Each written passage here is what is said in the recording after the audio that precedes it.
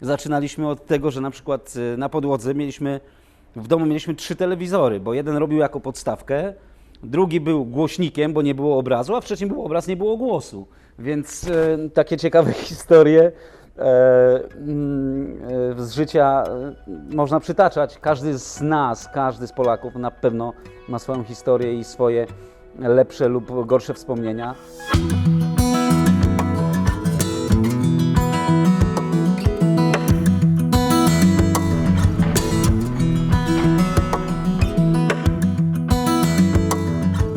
Czyli wstajesz o tej powiedzmy 3:30, tak? I Staram się o 4:30 wyjść z domu, tak żeby być przed 5 na gym, godzinkę popracować i do pracy. I trenujesz z jakimś trenerem czy sam? Nie, raczej sam. Jestem dla siebie trenerem. I od ilu lat już taki cykl trwa? Od 3 lat.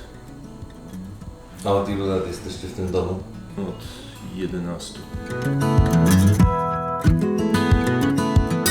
So when we moved here, we didn't really know my dad. Well, we didn't know him for 6 years, so he came to Poland and told us, oh, like, we're moving, or you're leaving all your friends, you're leaving your school, you're leaving your family, like, you're coming here. We grew up with all girls in the house, so then, like, this guy comes and tries to boss us around, and we didn't really like that too much, but then we ended up getting used to it.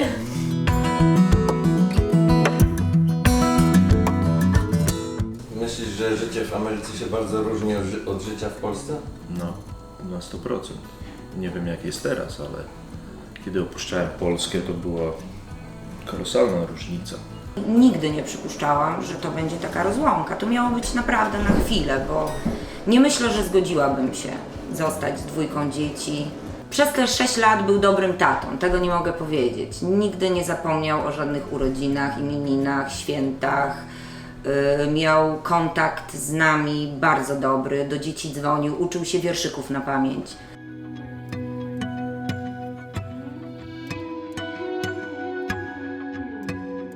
Wydaje mi się, że w dalszym ciągu tutaj się trochę łatwiej żyje, jakby nie było, prawda? Jest trochę, nie wiem, mniejsza biurokracja, niektóre sprawy się łatwiej załatwia i życie sobie trochę łatwiejsze. Jeżeli będziemy pamiętać to, że być dumnym z naszej nacji i z tego, że jesteśmy Polakami, pierwszorzędnie Polakami, pomimo tego, że ja tutaj mieszkam dłużej niż w Polsce mieszkałam i gdybym miała mieszkać w Polsce, nie wiem, czy bym się znalazła, nadal uważam się za Polkę, nadal uważam, że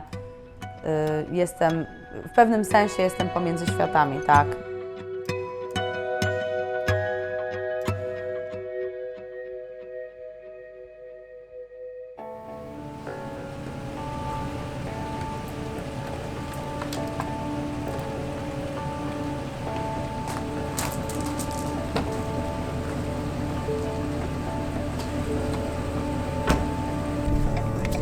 Ja raczej jak idę na siłownię, to zamykam się w swoim świecie, w tym sensie, że zakładam sobie słuchawki i robię swoje. Czasami jest to nawet 15 minut, kiedy wiem, że nie mam więcej czasu, a potrzebuję wyjść, bo na przykład nie byłem jeden dzień, to wpadnę na 15-20 minut i też jest dobrze, nie? A dlaczego zacząłeś chodzić na gym? Bo nie mogłem zawiązać sznurowadeł. Żona mnie zmotywowała. Nie, żeby jej się mój brzuszek nie podobał, ale ona chodziła na siłownię, więc i ja zacząłem. I co, lepiej się czujesz teraz z tym? Młodszy o 20 lat. Według popularnego po tej stronie oceanu tygodnika Abecadło, mówiąc po tej stronie oceanu, mam na myśli Stany Zjednoczone Ameryki Północnej, 1/3 Polonii, 34%, przyjechała do USA na zarobek. Podobna grupa, 32%, podała za powód połączenie się z rodziną, natomiast 24% ankietowanych stwierdziło, że ich motywacją do przyjazdu była chęć przeżycia przygody. Pozostali mówili, że przyjechali do Ameryki, aby zapewnić lepsze warunki do życia dla dzieci, samemu zakosztować innego życia albo zrealizować marzenie wyjazdu na zachód. Istotnym wynikiem ankiety przeprowadzanej przez Abecadło było to, że w wielu przypadkach mężczyźni przyjeżdżali tutaj pierwsi, a potem dołączały do nich żony, tudzież reszta rodziny. Staraliśmy się jakoś to wszystko utrzymać w takim, żeby to była rodzina. Daleko był, ale staraliśmy się, żeby to miało jakiś sens i żeby te dzieci tego tatusia troszkę miały, o tyle, o ile się dało go mieć. No, a Marta moja, co było takie najważniejsze w całej tej historii, dziecko, które przychodzą święta, urodziny. Klaudia chciała różne rzeczy. Ona tego tatusia w pewnym momencie wyparła przez to, że ona go znała, a nagle zniknął. A Marta nie chciała nic. Ona nie chciała zabawek, nie chciała się niczym bawić. Zawsze na pytanie: Martuś, co chcesz na urodzinki? Było tatusie. I w dniu, kiedy skończyła 6 lat,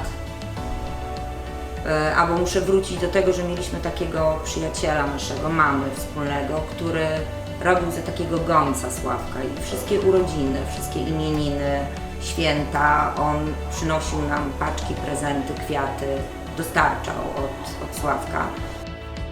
Dzisiejszy film będzie trochę inny od wszystkich publikowanych na tym kanale do tej pory. Ponieważ filmy publikowane na tym kanale zazwyczaj powstają w ciągu 1, czasami 2, może 3 dni. Dzisiejszy był produkowany przez prawie pół roku. W tym filmie staram się odpowiedzieć głównie na 2 pytania. Skąd tak właściwie się tutaj wzięliśmy, zarówno pod względem całościowym jako nacja, jak i pod względem osobistych historii osób, które zdecydowały się w tym filmie wystąpić, oraz co tak właściwie tutaj robimy, my, Polacy w USA. Jakie jest twoje poczucie tego przekroju polskiego społeczeństwa? Co my tutaj robimy? Mamy wszelkiego rodzaju pracę, czy na przykład skupiamy się na jakiejś... Nie, to jest tak jak w Polsce. Tak w Polsce mamy przekrój polskiego społeczeństwa i są różne zawody, różne statusy socjalne. Tak samo i tutaj. Ja wszystkich spotkałam do tej pory. Ludzie, którzy tutaj są i są zadowoleni, ludzie, którzy są i chcą wyjechać i tęsknią za Polską i marzą, żeby do tej Polski wyjechać. Czasami mi się wydaje z takiego poziomu czysto kulturowego, że Polska jest bardzo idealizowana. Tym bardziej, że ktoś, kto nie był z 15 lat w Polsce i tą Polskę pamięta i pamięta ją z dzieciństwa i to jest taka nostalgia, bardziej takie idealizowanie na poziomie emocji niż bardziej tego, że rzeczywiście ktoś by chciał tam być. I nawet niedawno, muszę powiedzieć, że niedawno jedna dziewczyna się ze mną skontaktowała z Polski, która była tutaj, mieszkała w Stanach i wróciła i chce wrócić. To co twoim zdaniem Polacy robią tu w Pittsburghu? Wiesz, ja mogę powiedzieć, co ja robię tutaj w Pittsburghu. Nie wiem, co inni Polacy robią w Pittsburghu. Pewnie te same rzeczy, co Amerykanie. No to opowiedz trochę o sobie, Ja tutaj uczę na Uniwersytecie Carnegie Mellon. Uczę kursu, który skupia się na zmianach klimatycznych. Jest to związane z moim doświadczeniem i z moją karierą, którą miałam przed wyjazdem z Polski. I jesteś z tego bardzo zadowolona? Z tego, co robisz? To się okaże pod koniec semestru, jak studenci będą mieli oceny, czy jestem z tego zadowolona i czy osiągnęłam swoje cele. Ale jest to przyjemne doświadczenie, dobre doświadczenie dla mnie osobiście. Jest to wyzwanie, jest to coś budującego, muszę się uczyć przy tym, bo nie robiłam tego do tej pory. No i oczywiście Carnegie Mellon to jest instytucja, która jest bardzo prestiżowa i jeden z najlepszych adresów w Pittsburghu, żeby tutaj się w tym środowisku znaleźć, wokół tego adresu kręcić. Czy jak długo ty jesteś w Stanach? Od 1,5 roku. Od 1,5 roku dopiero. I wyjechałaś z Polski z wyższym wykształceniem i znajomością angielskiego? Tak. Wyjechałam z Polski do Pittsburgha, dlatego że mój mąż jest z Pittsburgha. Mieszkaliśmy w Polsce przez 8 lat i po ostatnich wyborach i z powodów również osobistych zdecydowaliśmy się przyjechać tutaj na krótszy bądź dłuższy czas. Czyli jak się spotkałaś ze swoim mężem, skoro mieszkaliście w Polsce przez tyle czasu? Ja ze swoim mężem spotkałam się w 2005 roku we Włoszech. We Włoszech? No to też ciekawa dawno temu, historia. tak. Na wakacjach? Nie, ja tam studiowałam, a on był tak jakby na wakacjach, bo podróżował przez różne kraje na rowerze. I się spotkaliśmy we Włoszech. I potem już panice do kłębka, tak? Wszystko No się to szczęśliwie potoczyło? tak, z dużym skrótem mówiąc, tak. A co twoim zdaniem Polacy robią w Stanach? Wszystko. To znaczy, nie rozumiem pytania. Nie ma takich rzeczy, której się nie imają tutaj? Wiesz co, ja jestem tutaj tak długo i powiem Ci, że widziałam Polaków w tak różnych profesjach. Znam Polaków, którzy pracują fizycznie, robią kontraktorkę. Znam Polaków, którzy robią kontraktorkę dlatego, bo muszą. Znam Polaków, którzy robią kontraktorkę, bo są w tym tak dobrzy i zarobili na tym tyle kasy, że po co robić coś innego. Znam specjalistów, znam lekarzy, znam tłumaczy, więc wydaje mi się, że nasza populacja tutaj w Stanach nie różni się wiele populacją, która tutaj już jest, poza tym, że jesteśmy imigrantami. A procentowo myślisz, że skłaniamy się ku jakimś konkretnym zawodom bardziej niż innym?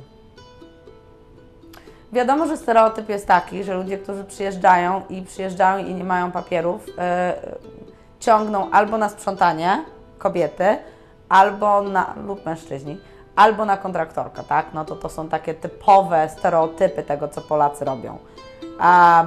Z tego wychodzą takie sytuacje, że ludzie po prostu zaczynają specjalizować się w tych pracach, tak?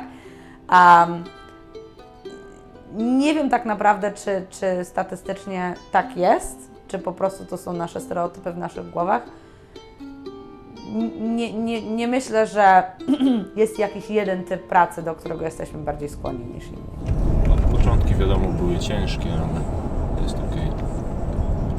A nie przeszkadza Ci to, że bez światła dziennego operujesz przez część swojego dnia? Nie. Jestem okej. Może dlatego mi się wzrok trochę popsuł. Nasz główny bohater Sławek pozwolił nam sfilmować cały jeden dzień ze swojego życia, cały dzień z życia Polaka w USA, po to, żeby nadać całej tej historii i naszemu sprawozdaniu bardziej życiowego formatu. Parę lat temu, dokładnie chyba 3 lata temu, albo 3 albo 4, już nie pamiętam, pracowałem w bazie wojskowej w North Carolinie i tam poznałem taką parę Polaków i z nimi zacząłem też chodzić na siłownię. No, później nasze drogi się rozeszły, no, oni wyjechali do Kalifornii. No i mam nadzieję, że kiedyś się spotkamy znowu. A co Ty w bazie wojskowej robiłeś, jeśli to nie tajemnica państwowa? Nie, to był taki zewnętrzny kontrakt na zrobienie dachu. Ja pracowałem jako subkontraktor. I w sumie tam się zaczęła moja przygoda z takimi większymi projektami. Mam nadzieję, że tak zostanie.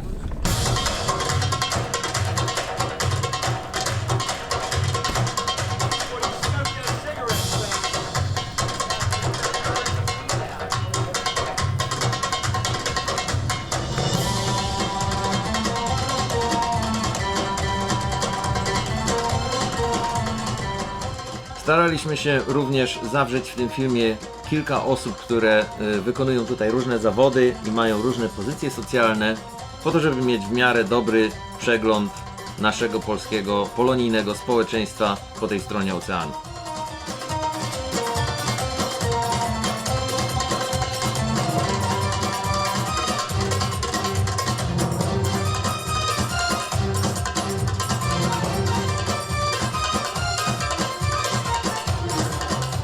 Ewelina, kim Ty jesteś?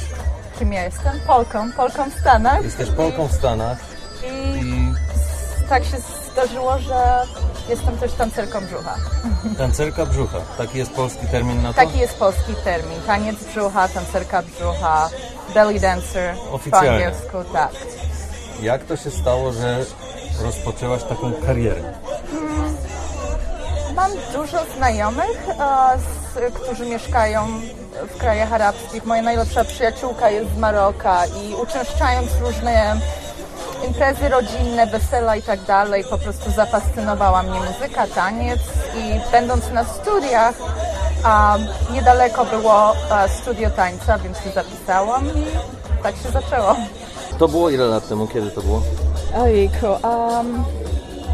2002-2003, kiedy zaczęłam brać lekcje, prawdopodobnie 2003, Te jak mi się lekcje były wydaje. już tutaj, w Stanach. Tutaj w Stanach, w Filadelfii, to już było po moim przyjeździe tutaj. W Polsce nawet jakoś nigdy by mi to nie przyszło do głowy.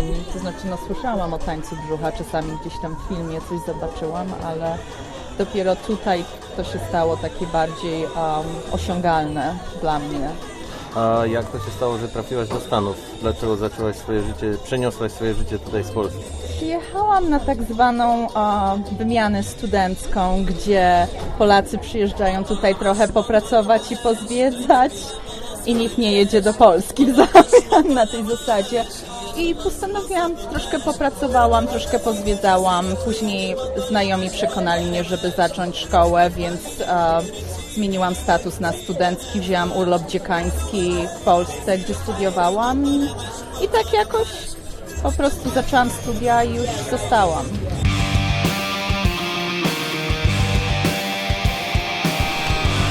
I co, czujesz się lepiej? O, no niebo lepiej. Teraz jesteś gotów zacząć swój dzień? Jestem. Zaczynajmy. Czyli jedziemy do pracy, tak? Jedziemy do pracy, jedziemy na kawkę, a po drodze i do pracy.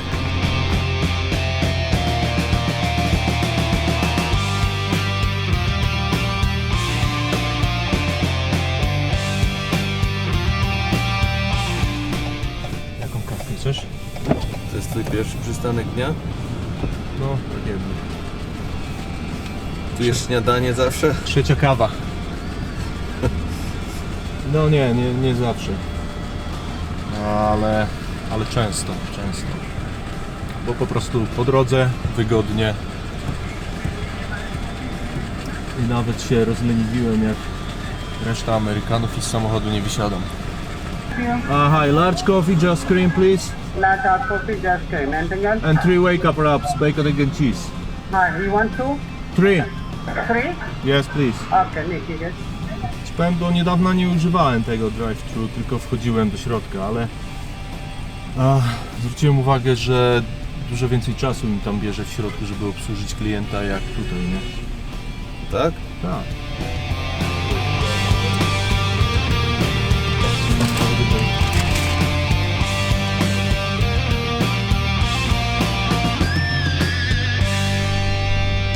Są chłopaki. Dzień dobry, Cześć. witamy serdecznie. 6:30 rozpoczynamy pracę. Jak zdrowie? Bardzo dobrze. Najważniejsze są chęci. Póki co. Byłeś na gymie dzisiaj rano? No ja niestety nie jestem gymowy.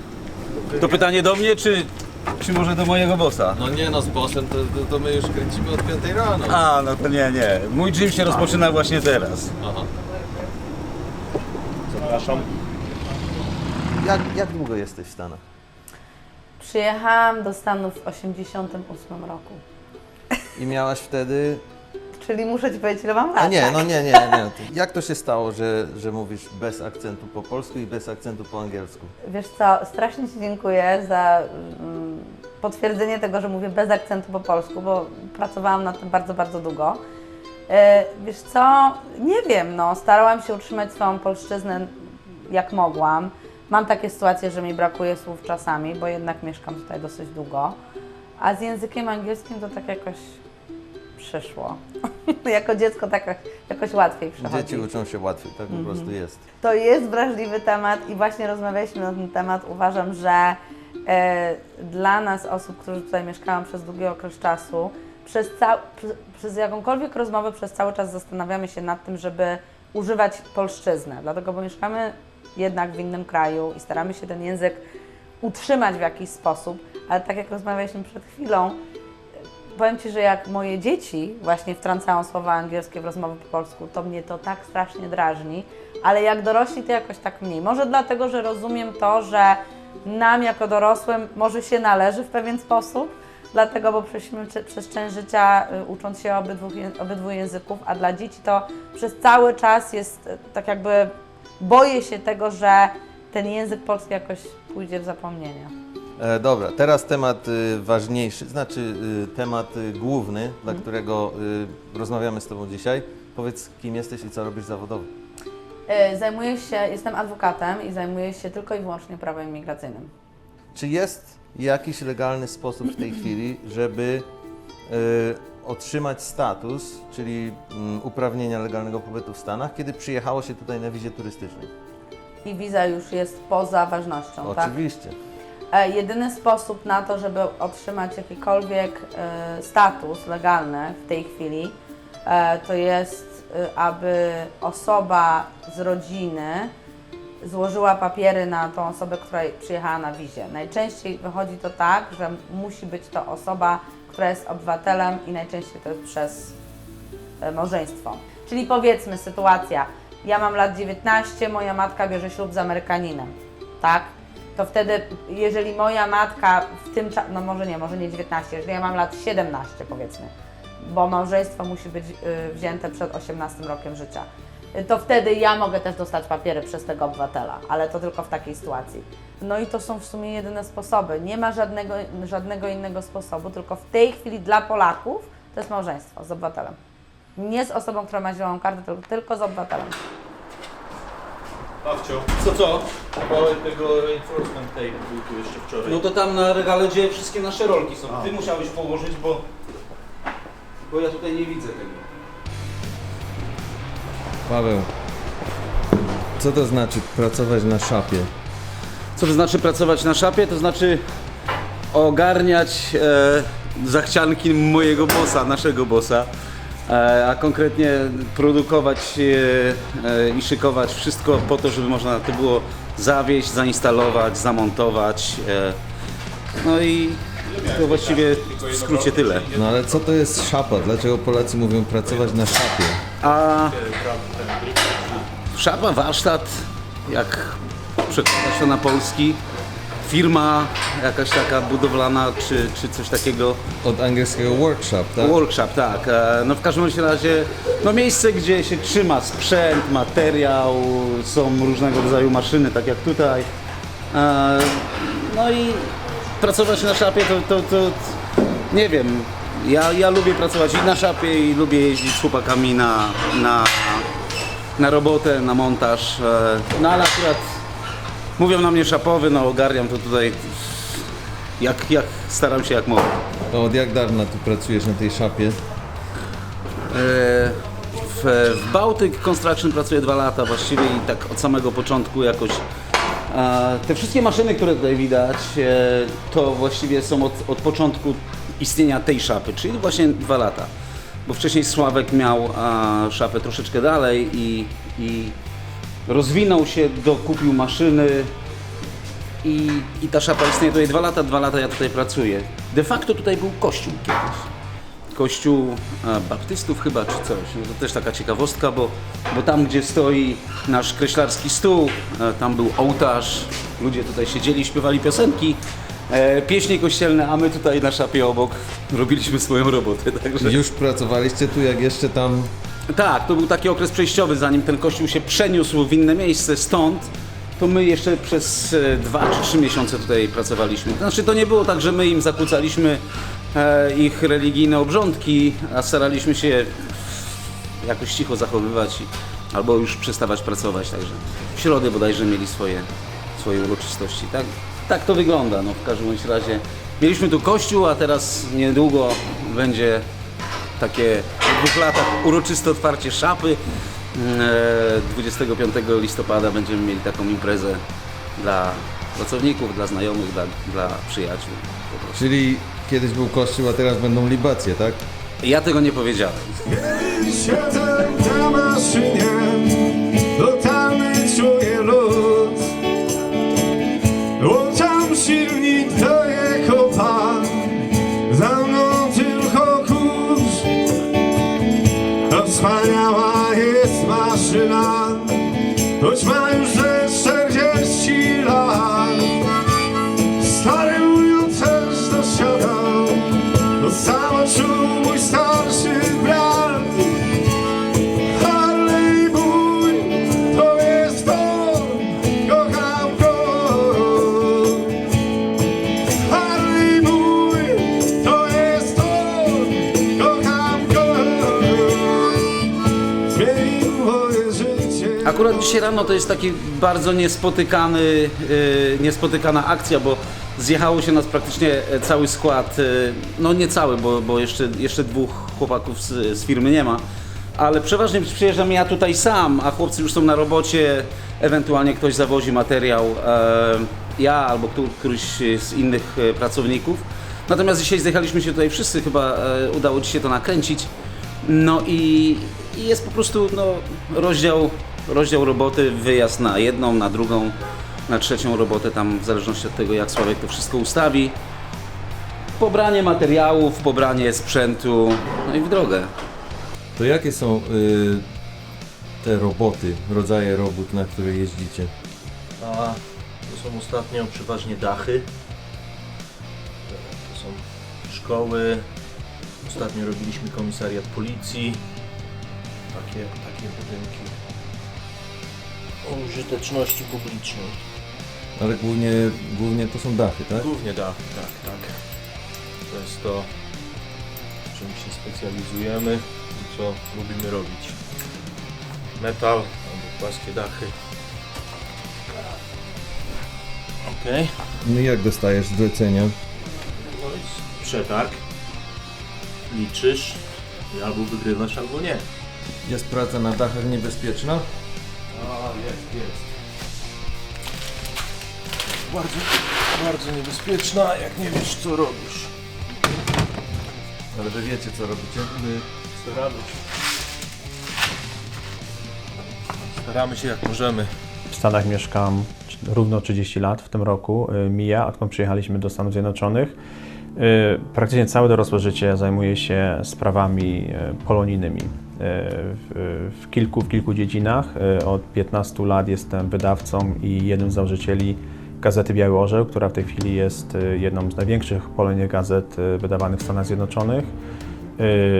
Od niespełna roku pełnię funkcję konsula honorowego, pierwszego konsula honorowego Rzeczypospolitej Polskiej tutaj w Connecticut. I też zajmuję się sprawami politycznymi, między innymi lobbowaniem na temat spraw polonijnych, stosunków polsko-amerykańskich w Waszyngtonie, aczkolwiek też pracowałem w wielu kampaniach wyborczych jako konsultant, przy różnych kampaniach od lokalnych na burmistrza do kampanii prezydenckich i kampanii do kongresu. Czyli innymi słowy, codziennie ktoś Cię pyta, czy w końcu dostaniemy te wizy, czy nie? Tak. Tak. To jest taki, że tak powiem, jeden z tematów, który się ciągnie praktycznie od tego czasu, kiedy zacząłem właśnie pracę z Polonią, bo ten temat jest cały czas aktualny i cały czas sprawa jest niezałatwiona. I wydaje mi się, że były momenty, gdzie byliśmy bliżej niż dalej. Są okresy, gdzie jesteśmy dalej niż bliżej, ale tak, ten temat się ciągnie za mną przez 15 lat. Podejrzewam, że w przypadku innych osób jeszcze dłużej. No i Twoja opinia jest jaka na ten temat? Kiedyś się to stanie, czy może powinniśmy zawiesić te nadzieje na czas obecny? Wydaje mi się, że kiedyś to się stanie. Kiedy to się stanie, jest ciężko powiedzieć.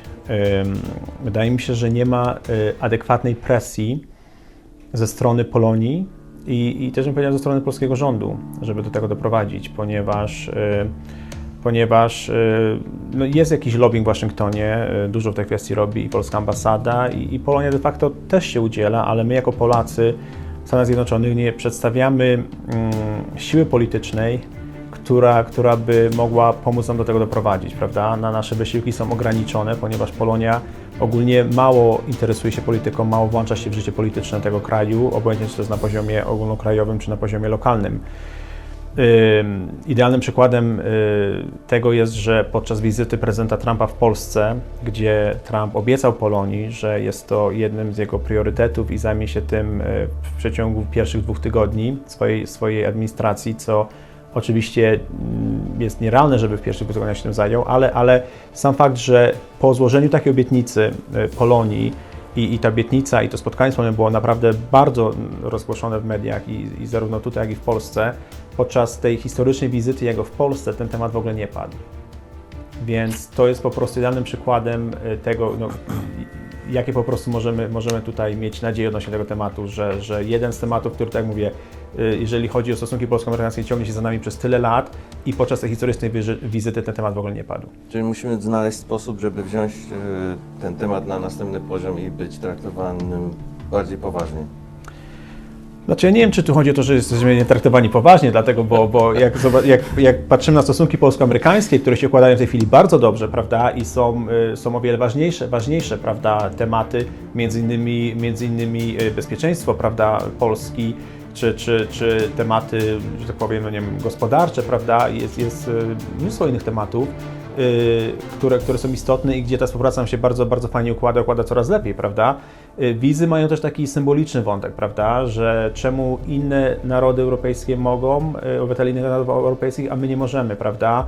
I co jest jeszcze ciekawe, to jest to, że te argumenty, które zawsze były używane przeciwko włączeniu Polski do ruchu bezwizowego, w tej chwili są nieaktualne, bo odsetek osób, które przekraczają wizy, zostają w tym kraju, są naprawdę bardzo, bardzo niskie. W zeszłym roku został opublikowany raport, pierwszy raz chyba od 20 lat, który pokazuje właśnie, ile osób z jakich krajów przekracza pobyt, prawda, legalny pobyt w Stanach Zjednoczonych i w tych dzisiejszych czasach mniej Polaków przekracza pobyt w Stanach Zjednoczonych niż obywatele niektórych krajów, które są włączone w ruch bezwizowy, między innymi na przykład Włochy czy Portugalia, prawda, więc argumenty są dzisiaj nieistotne.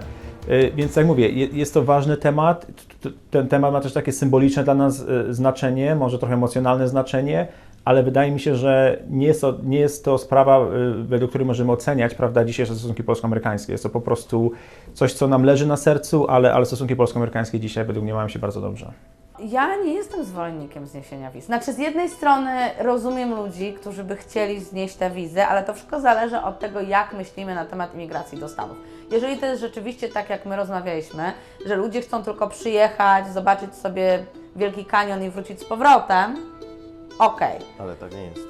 Ale tak nie jest. I jeżeli tak nie jest, Polacy sobie nie zdają sprawy z tego, że w momencie, kiedy są zniesione wizy, jedyny sposób na zmianę statusu później jest taki, żeby wyjechać z kraju.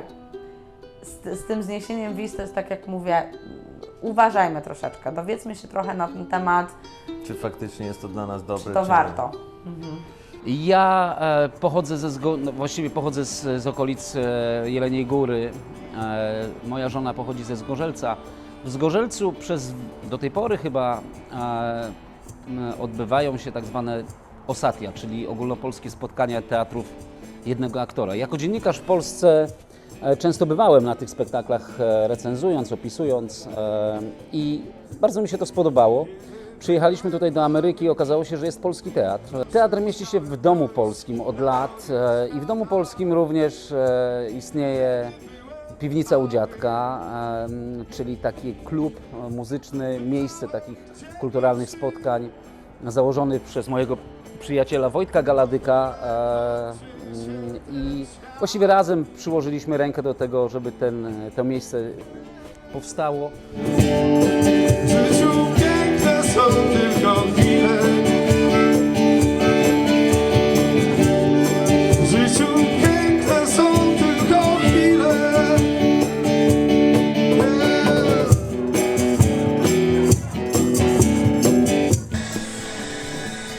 No a teraz mecze wracają do TVP i w spocie reklamowym pokazany jest tort, z którego ktoś ściąga tę truskawkę, nakłada wisienkę i mamy hasło: wszystko wraca na swoje miejsce. To jest urządzenie do zrywania szyngli z dachu, ale też wygląda jak gitara, także... A co to są szyngle? A szyngle, no to... To jest tak zwana dachówka bitumiczna. To jest pokrycie dachowe, no właśnie, tak? Bitumiczna? O, właśnie. To wy znacie te wszystkie terminy po polsku też? Jasne, że znamy, a co mamy nie znać? Co to? Jak my Polacy, nie? No bo wielu ludzi mówi, że są po prostu niepotrzebne, nie? Aha. Po tej stronie. No, czasami udaje nam się mówić po polsko-amerykańsku. Dokładnie, ja na przykład nie wiem jak to się po angielsku nazywa, ale wiem, że to jest gitara. Gitara, no i niech tak zostanie. I gitara. Tutaj wprowadzamy rolkę blachy. Przechodzi przez te wszystkie roleczki tam i wychodzi na końcu panel. Pawcio, mamy panele jakieś? Jakie potrzebujemy? Jakie chcesz? No to już, proszę bardzo. Pawcio zaraz zademonstruję. No nie, no dobre jest to, że możesz zabrać tą przyczepę na budowę i wyciągnąć panele o takiej długości, jakiej potrzebujesz. Czy potrzebujesz 100 stóp, czy 50, a nie ma problemu, jedziesz. To są panele ścienne albo safetowe i panele dachowe. To jest to, co robimy i lubimy robić. Na kampusie uniwersyteckim w Princeton, New Jersey spotykamy się dzisiaj w piękny jesienny dzień z Beatą, która ma bardzo dobry przekrój polskiego społeczeństwa tutaj w USA i podzieli się z nami swoimi spostrzeżeniami. Może przede wszystkim witam bardzo serdecznie wszystkich. Bardzo dziękuję za ten zaszczyt w ogóle i za to zaproszenie. Cała przyjemność po naszej stronie. Bardzo dziękuję, bo czuję się naprawdę wyróżniona, tym bardziej, że nie jestem tutaj długo. Z mojej perspektywy jestem długo, bo już drugi rok. Jestem już rok i 4 miesiące, to podkreślam. Natomiast wiem, że dla tych Polaków, którzy są tutaj po kilkanaście lat, to jest taki dopiero początek. I co ja tutaj robię? W ogóle skąd ja się tutaj wzięłam, może tak, ja jestem takim specjalnym rodzajem, może właśnie, bo to nie jest imigrant, tak, chciałam powiedzieć, że jestem ekspatką, ponieważ przyjechaliśmy tutaj z mężem ponad rok temu, ponieważ on dostał kontrakt ekspacki, czyli jego firma, która ma siedzibę główną w Stanach, postanowiła go tutaj sprowadzić. I tak oficjalnie jestem żoną ekspata, natomiast pracuję nad tym, żeby mieć swoją tożsamość i mam ją. I tutaj zawodowo przede wszystkim kontynuuję to, co robiłam w Polsce. Byłam trenerem rozwoju osobistego, coachem i robię to, co robiłam w Polsce, tylko że tak może troszeczkę na taką bardziej na takich wielowymiarowym poziomie, można powiedzieć. Ja też zaczęłam się specjalizować w kulturowości i w expat coachingu, czyli to, co mnie teraz bardzo tak zawołało do siebie, to jest właśnie to, w czym sama mam doświadczenie, czyli to, w jaki sposób przenieść się z jednego kraju do drugiego, żeby było to przyjemne, żeby to było rozwojowe i żeby się czuć szczęśliwym w tym nowym kraju. Czyli do czego sprowadza się Twoje codzienne życie tutaj? Pracujesz z ludźmi, którzy znajdują Cię w jaki sposób i do czego dążą? To jest bardzo dobre pytanie. To znaczy, przede wszystkim to są ludzie, Polki, bo mówimy o kobietach głównie, moich tylko klientkach. Dziewczyny? To znaczy nie, to znaczy nie tylko, ale powiedzmy, że 90% to są panie. Czyli jak jesteś bardzo miłym facetem, to może masz szansę, ale naprawdę musisz się starać. To znaczy nie aż tak. Oczywiście panowie bardzo mile widziani i w jaki sposób mnie znajdują? Z polecenia mnie znajdują, ponieważ ktoś mnie polecił, kto był zadowolony i tak właśnie z ucha do ucha i z ust do ust to idzie. Natomiast też znajdują mnie, ponieważ ja w tym roku zaczęłam tutaj sprzedawać swoją książkę, którą zredagowałam właściwie na podstawie autentycznych historii rozwoju i zmian ludzi. I ta książka zaczęła się sprzedawać tutaj w Stanach jak ciepłe bułeczki, bo ona przedstawia historię ludzi rzeczywiście na drodze zmian i inspiruje, motywuje do zmian, pokazuje, jak to można zrobić i jakie są etapy tej zmiany. I dzięki temu, że ta książka się zaczęła rozchodzić, ja nagle się zaczęłam w pewien sposób być tutaj rozpoznawalna. W sensie ludzie wiedzą, gdzieś mnie spotykają i wiedzą, kim ja jestem, to jest bardzo miłe. I to Wiem. wszystko osiągnęłaś w ciągu 2 lat tylko? Nie, nawet nie całych 2 lat. I to też jest taka rzecz, którą... Po tej rozmowie to ja coaching bym potrzebował. To znaczy, właśnie bardzo, bardzo dziękuję. To znaczy, ja jestem ciągle taka, nie wiem, skonfudowana, można powiedzieć, że ludzie zauważają, że ja to w rok i 3 miesiące zrobiłam, bo tak naprawdę to sama twierdzę, że mało zrobiłam jeszcze. Że ten taki największy jeszcze sukces amerykański to jest ciągle przede mną. To jest dobre podejście, tak trzeba.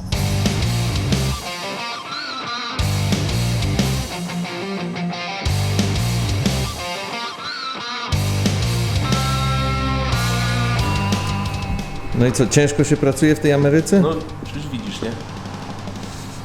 No na razie tylko na gymie byłeś. I to też nie pracowałem za ciężko, bo byłem niewyspany, ale jest okej. No nie no, kiedyś na pewno pracowałeś ciężko, teraz już jesteś bossem. A słuchaj, no, zaczynałem od gitary. Po pierwszym dniu pracy mówię, nie, no co ja tutaj robię, po co ja tutaj przyjechałem? To nie dla mnie. A potem było lepiej, czasami gorzej, potem znowu lepiej. Nie ma co narzekać. I jakoś w końcu się weszło na prostą. Tak jest. Już tylko lepiej może być.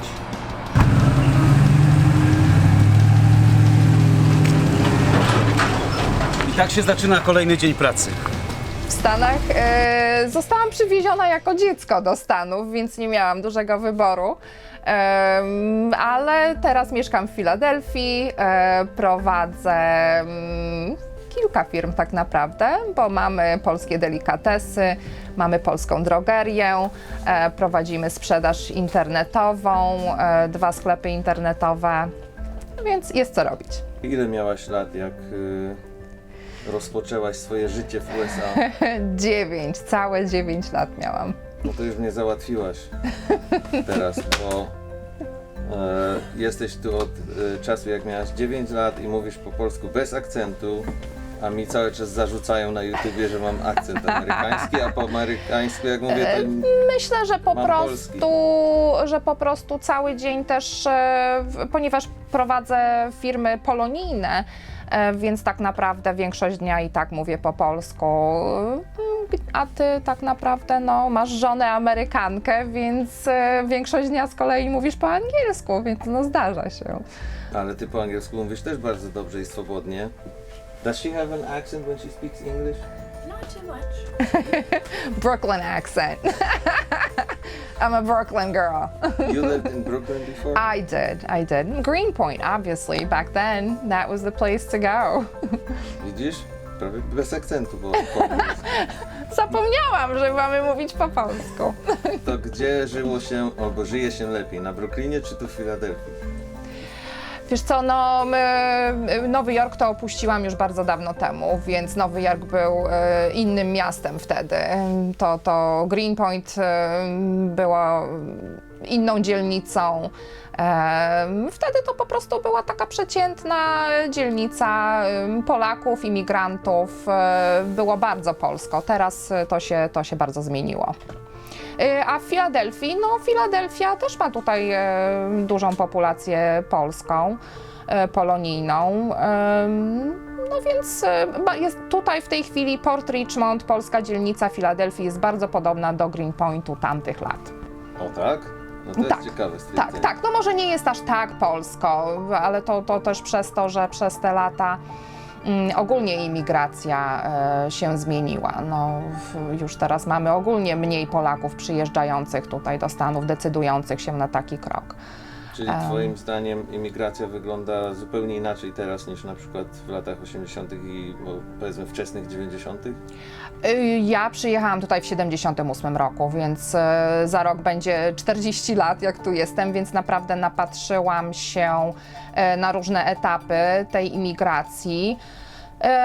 No kiedyś wiadomo, no, jechało się jakby za pieniądzem, więc ten pieniądz był wart o wiele więcej w Polsce. Więc ludzie mieszkali po 10 osób w jednym mieszkaniu, tak naprawdę tylko jedna osoba wstawała do pracy, a drugi się na jego miejsce kładł, na jego łóżko. Więc taka była imigracja wtedy. Teraz to już jesteśmy światowi, jesteśmy zupełnie inni, z innym nastawieniem tutaj przyjeżdżamy. Widok świetnie zaopatrzonego supermarketu już nie robi na nas wrażenia, więc rzeczywiście jesteśmy troszkę inni. Jak tyś tam wlazł? To jest drabinka i po tej drabince tutaj się dostaliśmy. A to jest sekretne miejsce naszej szafy. Tutaj szef trzyma skarby i pieniądze. No tutaj tam szef trzyma pracowników, którzy się nie sprawdzili. Jest tu taka kanciapa, rzeczywiście. W którym roku przyjechałeś do Stanów? W 2000, w marcu 2000 roku przyleciałem na 3 miesiące. Potem wróciłem do Polski na jakieś 2, ochrzciłem córkę i wróciłem tutaj. I tak już zostałem. Sławka marzeniem było wyjechać do Ameryki. Gdzieś w pewnym momencie się stworzył taki pomysł, jak jego biznes w Polsce upadł, że może by poleciał na chwilę do Ameryki i znalazł się przyjaciel, który zaproponował mu, a że on ma akurat tyle szczęścia, że za pierwszym razem dostał wizę, więc nie zastanawialiśmy się nad tym, ale ja powiem szczerze, że ja nigdy nie przypuszczałam, że to będzie taka rozłąka. To miało być naprawdę na chwilę, bo nie myślę, że zgodziłabym się zostać z 2 dzieci, a on tutaj, dlatego nigdy mi o tym nie powiedział, że to tak czekałam, co pół roku na święta wracał. Ciężko to opowiadać, już tyle razy to opowiadałam i przez tyle lat ciągle mam jakby takie same odczucia i gdzieś tam mi się łamie głos. Może zacznę od tego, że to rzeczywiście 6 lat jest szmat czasu i wszyscy gdzieś cierpieliśmy z tego powodu, ale chyba najbardziej dzieci. Klaudia, najstarsza, jak tatuś wyjechał, znała go 2 lata. Była bardzo, bardzo przywiązana do niego i bardzo wypierała później, bo nie rozumiała, dlaczego tatuś nagle zniknął i co się wydarzyło, że ten jej rodzynek taki nagle gdzieś wyparował z jej życia. No i Marta, która nie znała go w ogóle. To było chyba najtrudniejsze. Jak zaczęłam mieć 2-3 latka, na podwórku dzieci wołały tata, a ona ciągle tylko mama. I zaczęły się schody, bo bardzo tego tatusia chciała mieć. Ja myślę, że ja popełniłam też duży błąd, że bardzo chciałam je nauczyć przez to tego tatusia i te rozmowy, jaki ten tatuś jest, jaki będzie, jak tatuś przytula, to były takie codzienne. One się kładły wieczorami i oprócz czytania książek musiałam poopowiadać o tatusiu. One chciały wiedzieć, jak tatuś przytula, a jak tatuś by dał im buźki, a co tatuś by zrobił w takiej sytuacji. Więc teraz wiem z biegiem czasu, że to był błąd, bo potem zderzenie z rzeczywistością jest zupełnie inne i one sobie tak tego tatusia narysowały w głowie. Chcecie pojechać za nami na robotę?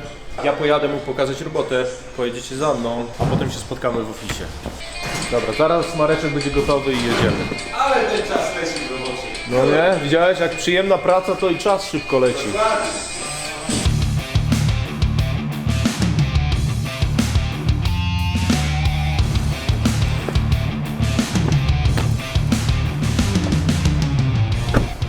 To jest nasz projekt tutaj, co robiliśmy, ten metalowy dach czerwony. Niedawno skończony, albo nawet jeszcze nie skończony. A tu będziemy robić małą taką robótkę, wymianę okien 2 i to tyle. To ile takich projektów poważnych, takich, które chcesz robić, w ciągu roku robicie? To zależy od ich wielkości. Jeden taki duży robiliśmy przez 8 miesięcy. A w międzyczasie też mniejsze, ale takie 3-4 powinniśmy ogarniać większe projekty. Na rok? Na rok, tak. Teraz za parę tygodni startujemy z, jak do tej pory, największym projektem, o którym wspominałem. Jest to dach na lotnisku i mam nadzieję, że pójdzie dobrze. Trzeba wziąć po lewej?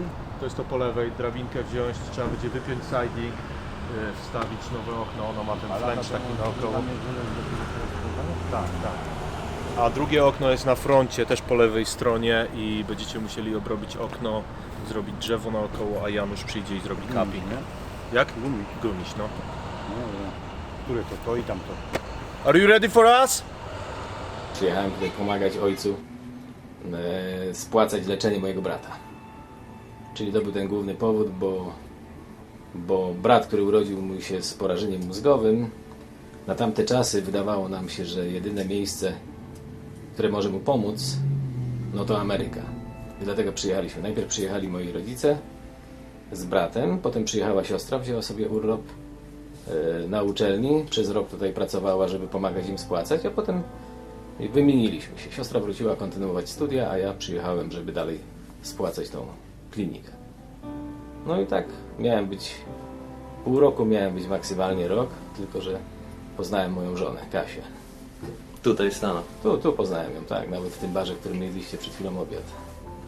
Bo to kiedyś teściowa była właścicielką, a Kasia tam akurat przyjechała. Też miała być bardzo krótko, bo przyjechała tylko, bo już mieszkała w Polsce, już pracowała w Polsce, a tylko przyjechała, żeby zdać egzamin na obywatelstwo.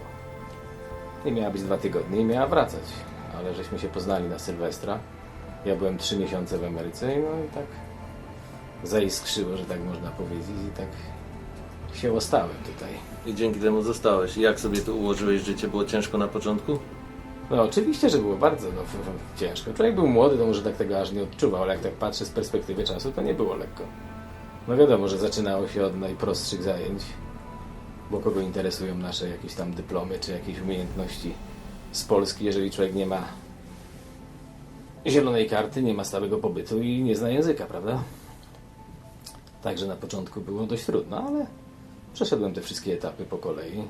Sprzątania, koszenia trawników, pracowania w warsztacie samochodowym, pracy na budowach. Także po kolei szkoła była niezła, wszystkiego się człowiek nauczył, także w każdej chwili można sobie coś podłupać w tych. I to było ile lat temu, ten początek? No ja przyjechałem w 90 roku, czyli to już mija 27 lat. Minęło we wrześniu, 1 września 27 lat. A teraz jesteś zadowolony ze swojego życia tutaj? Jak najbardziej. No. Zdrowy jestem, dzieci zdrowe. Czego chcieć więcej, prawda? Piękna żona. Żona, tak. Piękna, córki, piękne. No przede wszystkim zdrowie, bo tak jak sam wiesz, no. Ja przeżyłem tą chorobę brata, przeżyliśmy to z całą rodziną i wiem, co to znaczy zdrowy dzieciak i zdrowie nasze, no bo to jest rzecz bezcenna. Tego się nie kupi. No to jeśli możesz, jeśli chcesz o tym mówić, to wiem, że wspomniałeś mi wcześniej, że sytuacja była taka, że choroba twojego brata praktycznie zadecydowała o tym, ale też twój ojciec podjął decyzję, tak? Która no właśnie o to chodzi, że to trzeba wspomnieć o moich rodzicach, bo to uważam, że no, oni to dla mnie są bohaterami, bo w tamtych latach, w 80-tych latach wybrać się do tak nieznanego kraju, bez żadnych kontaktów, bez żadnych znajomości, no i postawić wszystko na jedną szalę, jakby nie było, no bo to mój ojciec miał tutaj, jak przyjeżdżał do Ameryki, to już był pod 50, miał 47 lat.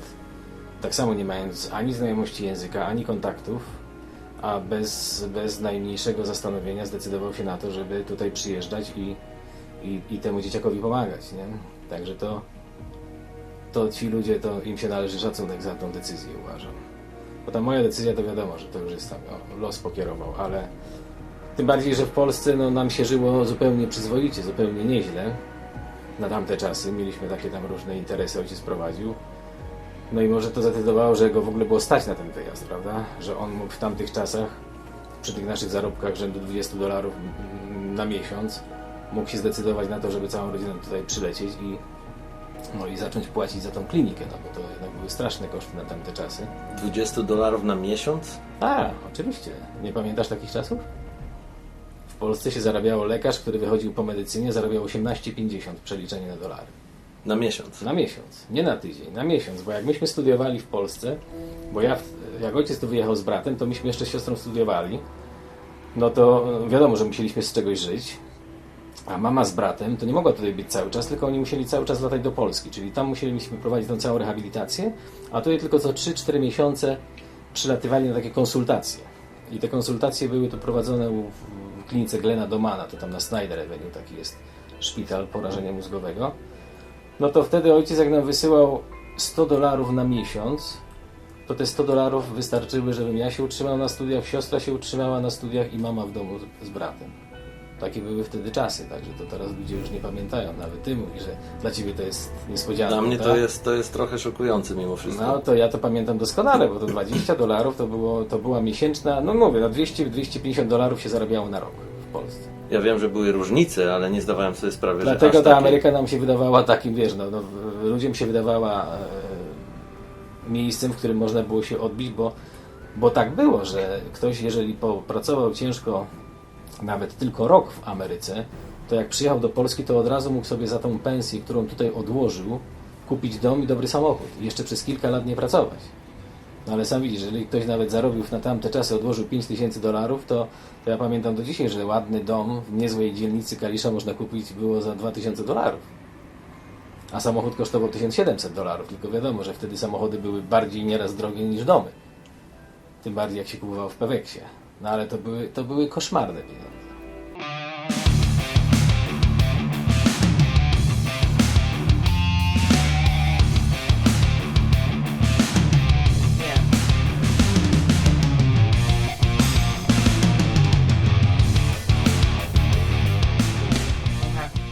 So you've been working with this man for how long now? A little over a year I've been here. And is he a good boss? Is he a good person? Oh yeah, Sam's great. You love him? Sometimes I don't like him, Really? but we have that kind of relationship. The love-hate relationship? Yeah. Musimy zamówić i możemy jechać dalej do pracy. Dalej do pracy, czyli gdzie? Pojedziemy najpierw odebrać materiał, bo zabrakło mi czegoś, a potem pojedziemy na budowę, ok? Na budowę, tam gdzie byliśmy rano, znaczy na budowę, tam gdzie chłopacy okna wstawiają, a później stamtąd jedziemy na następną budowę, gdzie wymieniamy dach. I to jest kawałek drogi stąd, także pojeździmy sobie. To powiedziałbyś, że to jest taki typowy dzień w twojej pracy dzisiaj? To jest typowy dzień pracy, tak. Jest dużo do zrobienia i jeszcze więcej do przejechania mil. No taką furą to można jeździć. A, jasne. Moim marzeniem, jednym największym może marzeniem jest, żeby kiedyś wziąć sobie parę dni wolnego i wynająć ten RV, duży taki i wiesz, pojechać na zachód z całą rodzinką i jeszcze najlepiej ze znajomymi. Myśmy kiedyś wracali tam z tego, gdzie to byliśmy? Yellowstone Park i tak sobie podróżowaliśmy, albo mieliśmy robotę w tym Wyoming, okay? A że pogoda nie była za ciekawa, więc nie można było pracować, trzeba było zwiedzać, to sobie jeździliśmy. Wracaliśmy nocą po jakiejś serpentynie chyba, nie wiem, dobrą godzinę. I to takiej bardzo niebezpiecznej serpentynie, wietrze. Bardzo blisko krawędzi zbocza. Ale nic się nie stało złego? Nie. Do środka. Hi Greg. Hey, how you doing? Good, how are you? Alright. Did you order it already? I did. Okay.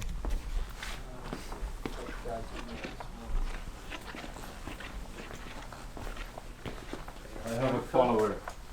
I need the one RTS.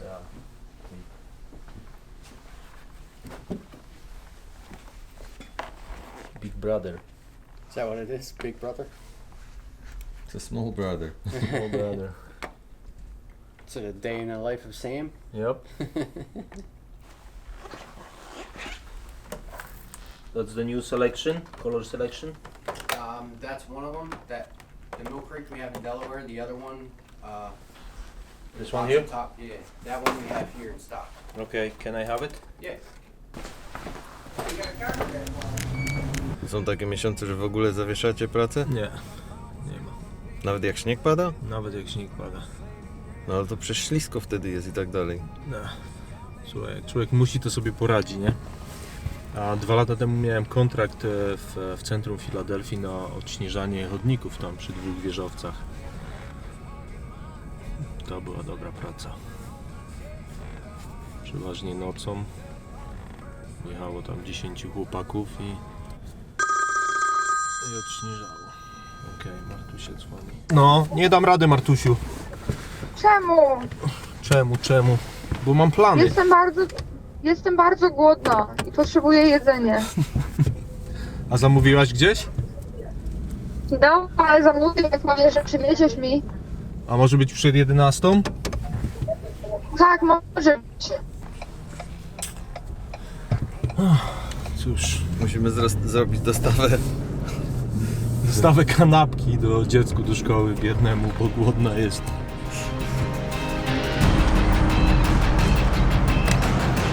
Chodźmy na następną kawę.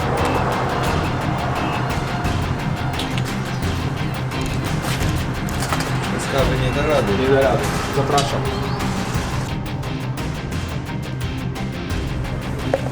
Kawa mnie kiedyś zabije. Kaw. Teraz musimy zanieść Marcie kanapki, okay? Idziesz też? Jasne. Stawa kanapki do szkoły. Good morning. Can I Thank you.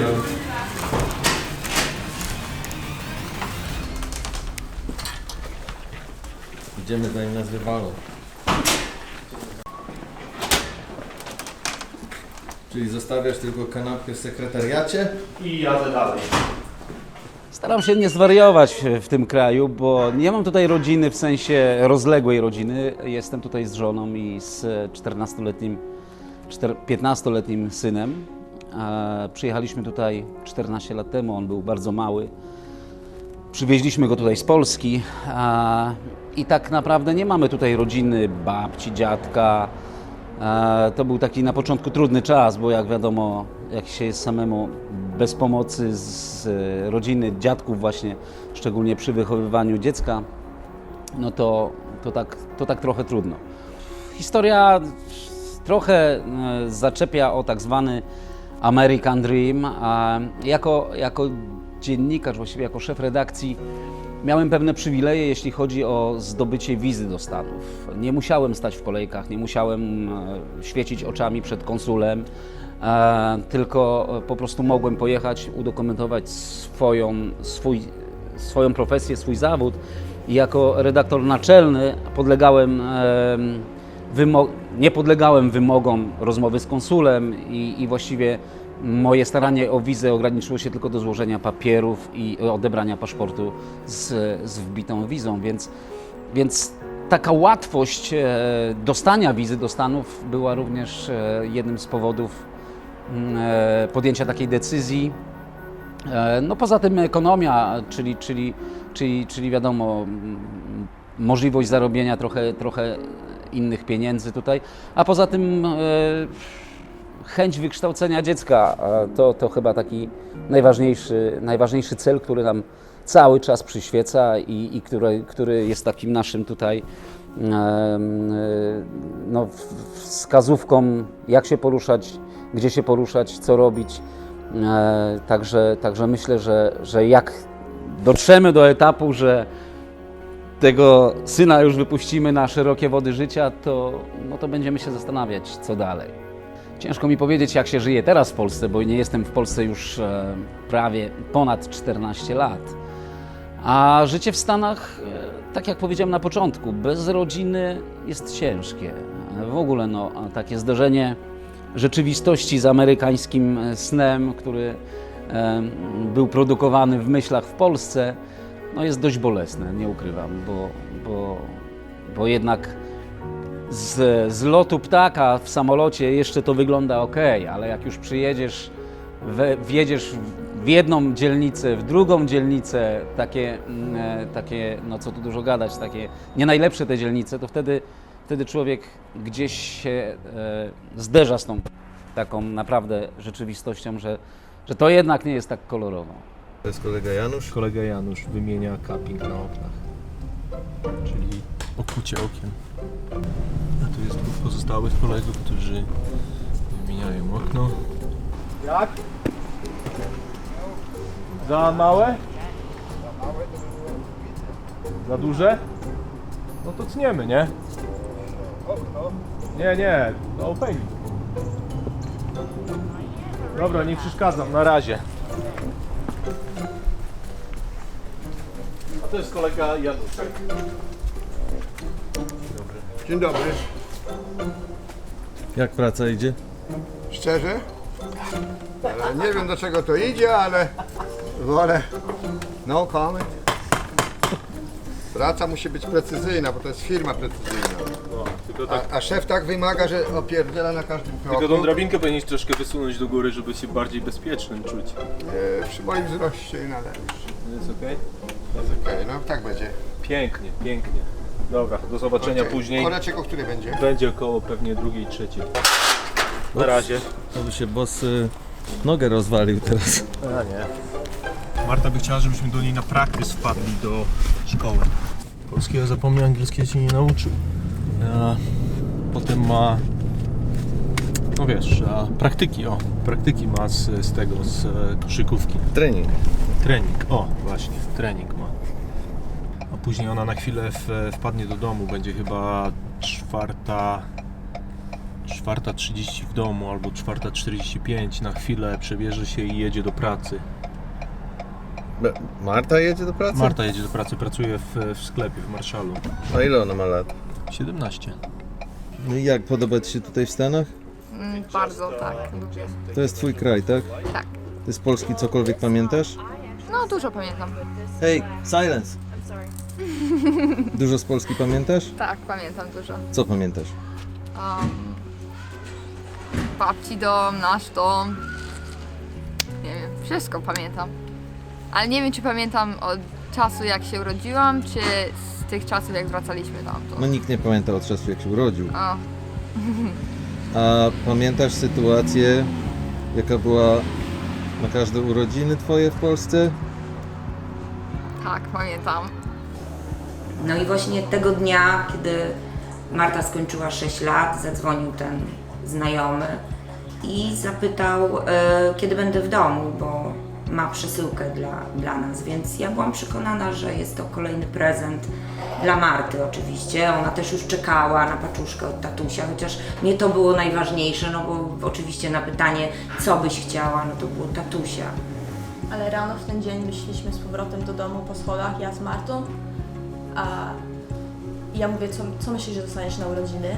Mówi, a wiesz, chyba tati przyleci dzisiaj. Weszłyśmy do domu i zadzwonił ten...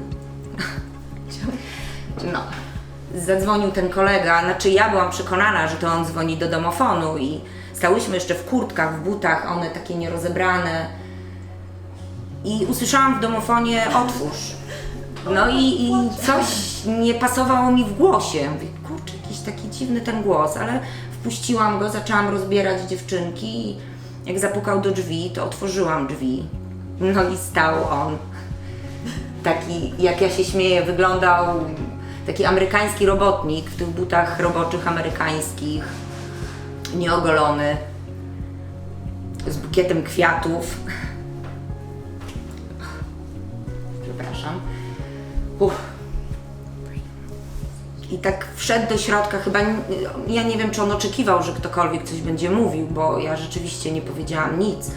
Cofnęłam się do tyłu, dziewczynki stały obok mnie, obie z minami takimi nie wiadomo co robić, patrzały na mnie, na niego. On wszedł, ukląkł na przedpokoju i one go tak objęły za szyję i obie patrząc na mnie, a Klaudia spojrzała ze łzami w oczach i mówi, mamuś, to jest mój tatuś, takim szeptem. Chciała się upewnić, czy to jest na pewno on. No był on, to był wielki dzień, no, zrobił nam niespodziankę, no to mu się udało. Tak. I takim właśnie sposobem wrócił do dzieci i spełnił jakby marzenie Marty o tym, o czym zawsze marzyła. Miała tego tatusia na urodzinki. Ja nie pamiętam wszystkiego najlepiej. Pamiętam, że ktoś zapukał na drzwi i poszłam, mamusia mi powiedziała, żebym poszła pod drzwi i poszłam i stał tam facet z kwiatami i mnie przytulił i wtedy zrozumiałam, że to był tatuś i wtedy byłam szczęśliwa, ale pierw byłam trochę przestraszona, bo nie wiedziałam, kto to był. So może być tak really quick.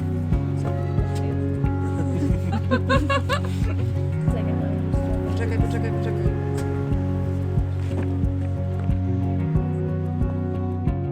Dziewczyny, jak przyleciały tutaj przez pierwsze pół roku, może 3 miesiące, płakały, bo nie znały języka w ogóle, wiesz. A później jak tylko zaczęły mówić po angielsku i to bardzo szybko im przyszło, to zapomniały nagle polskiego i z tym był problem, bo musieliśmy je, wiesz, namawiać, żeby jednak mówiły po polsku i w momencie, kiedy urodziła się Aleksandry pierwszym językiem był polski, pomimo tego, że była urodzona tutaj. I dzięki temu też dziewczyny mówiły więcej po polsku i rozmawiały z Alex po polsku i teraz mówią świetnie. Co twoim zdaniem jest lepsze w Stanach, a co jest lepsze w Polsce? Jest w Stanach lepsze jedzenie. No. Tak. A w Polsce? A w Polsce... Kto jest w Polsce? Najbardziej tęskni? babcia. Dziadek. I rodzina. To rodzice przyjeżdżają tutaj w odwiedziny? Jeszcze nie byli i nie wybierają się z tego, co mówią. Boją się latać. Także nie wiem jak to będzie. Chyba musiałbym polecieć do Polski i ich po prostu porwać ze sobą. Załatwić, bo nie myślę, że będzie problem z załatwieniem wizy dla kogoś, kto jest w wieku 60-70 lat. I gorzej będzie ich namówić, żeby wsiedli do samolotu. Ale byłoby miło. Bardziej się badać, nie? Prawda? Trzeba donieść brakujący materiał.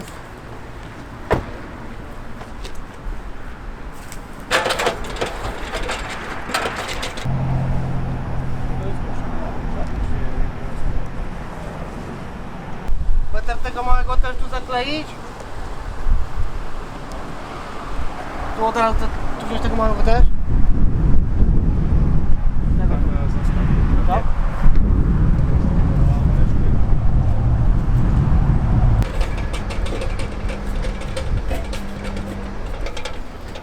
Co człowiek jest skłonny robić dla filmu? Po dachach skacze jakiś. Chłopacy lubią, jak z nimi pracuję na budowie. Jesteś taki boss, który się udziela, tak? Tak jest. Wtedy przynajmniej jestem na miejscu i wiadomo, jak coś nie pójdzie, to wiadomo, kto za to odpowiada. I tylko więcej kawy. I tylko więcej kawy, wstawać wcześniej, nie spóźniać się na gym, dobrze się odżywiać, dobrze traktować ludzi i życie będzie piękne. Jeśli miałbyś to wszystko zrobić jeszcze raz, to decyzja by była taka sama? Nie, na pewno nie. Ja to bym chciał być żeglarzem, pływać gdzieś po morzach i oceanach i to jest moje marzenie i w ogóle zmieniłbym swoje życie i swoje podejście do rzeczywistości. Ale to są, wiadomo, że tak powiem, decyzje, które są raczej nieodwracalne. Każdy jest mądry po jakimś tam okresie doświadczenia swojego życia.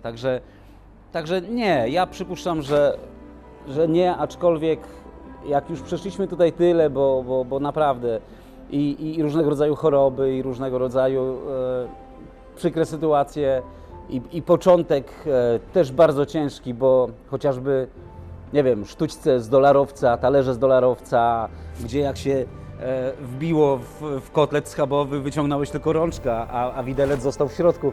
Więc generalnie tak to było. Na przykład, nie będę tego ukrywał, bo dlaczego? Ja lubię mówić prawdę.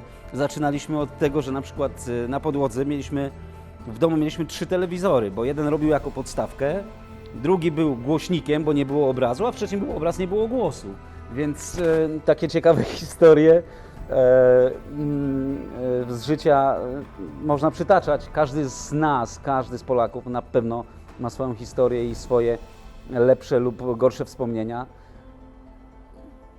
Bardzo mocno bym się zastanawiał, jeśli miałbym jeszcze raz podjąć taką decyzję. Wszystko dobrze się potoczyło. Mieszkaliśmy w Polsce przez 8 lat, lubiliśmy bardzo oboje tam mieszkać. Ja jestem z Warszawy, wychowałam się tam, urodziłam, żyłam, mieszkałam, uczyłam i bardzo tęsknię za Warszawą, za wszystkimi przyjaciółmi moimi, za moją kochaną rodziną, za sposobem życia i nawet za przywarami polskimi, warszawskimi. Tęsknię i chciałabym wrócić. No to jak się ma Pittsburgh do Warszawy? Bo to Pittsburgh też jest w sumie duże miasto. Nie tak duże jak Warszawa, ale...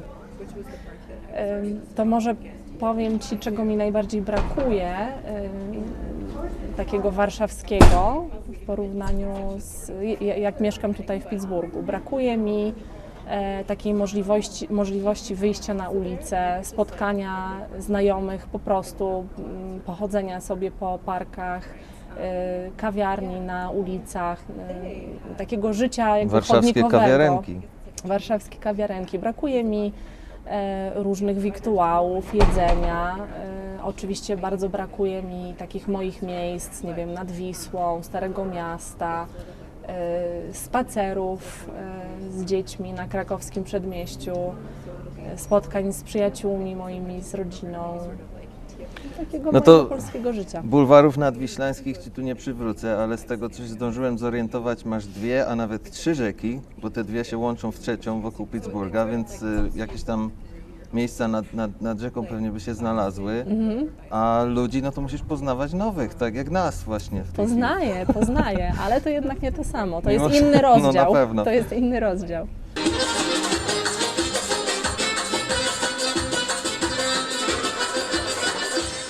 Dałabyś radę wrócić do Polski na stałe? To znaczy tak, gdybym musiała, to pewnie tak. Na pewno ja się bardzo szybko aklimatyzuję, gdziekolwiek bym nie pojechała, bardzo szybko jestem w stanie się przyzwyczaić.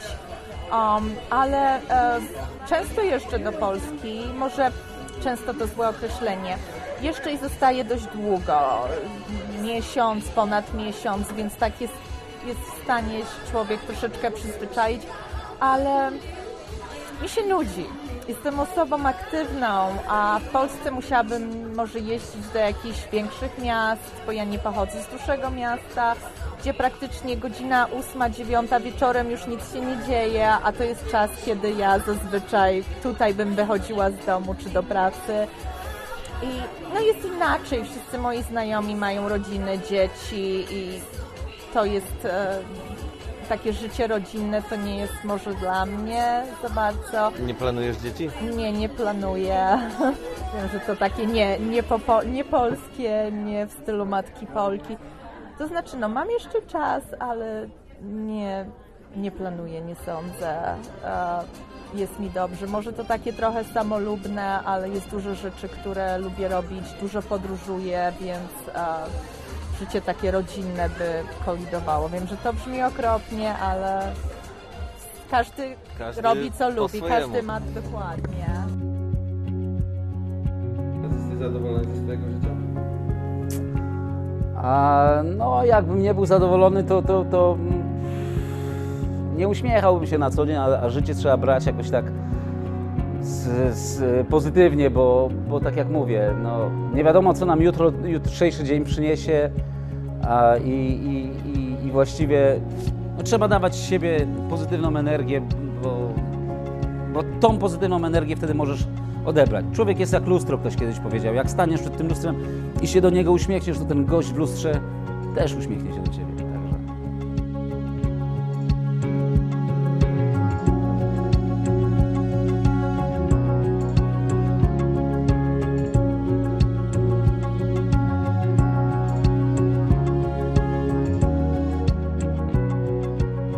Najważniejsze, żeby zachować pozytywny pogląd na świat.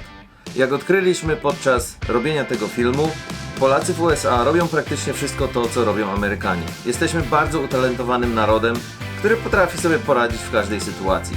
Jak również odkryliśmy podczas pracy nad tym filmem, Wielu z nas twierdzi, że nie jest tu tak, jak było kiedyś i co za tym idzie, podejmuje dosyć drastyczną decyzję powrotu na stałe do Polski. Osobiście ciekawi mnie, z jakich powodów konkretnie przenosimy się z powrotem do kraju ojczystego, podczas gdy w tym samym czasie nadal dość spora ilość ludzi podejmuje decyzję o przeniesieniu swojego życia z Polski na stałe tutaj do USA. Bardzo mnie ciekawi odkrycie powodów, dla których ten proces nadal ma miejsce w obydwie strony. Ale to już temat na zupełnie inny film.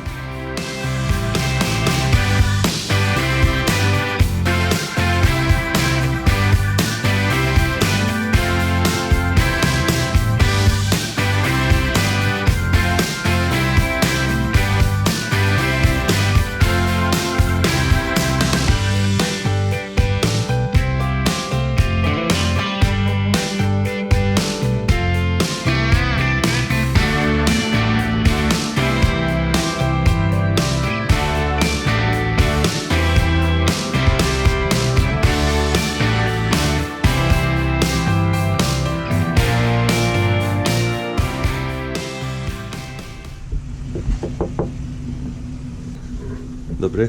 Dobry. Sławek, dlaczego my jesteśmy tu o 5 rano? Ja nie wiem, bo jesteście za późno.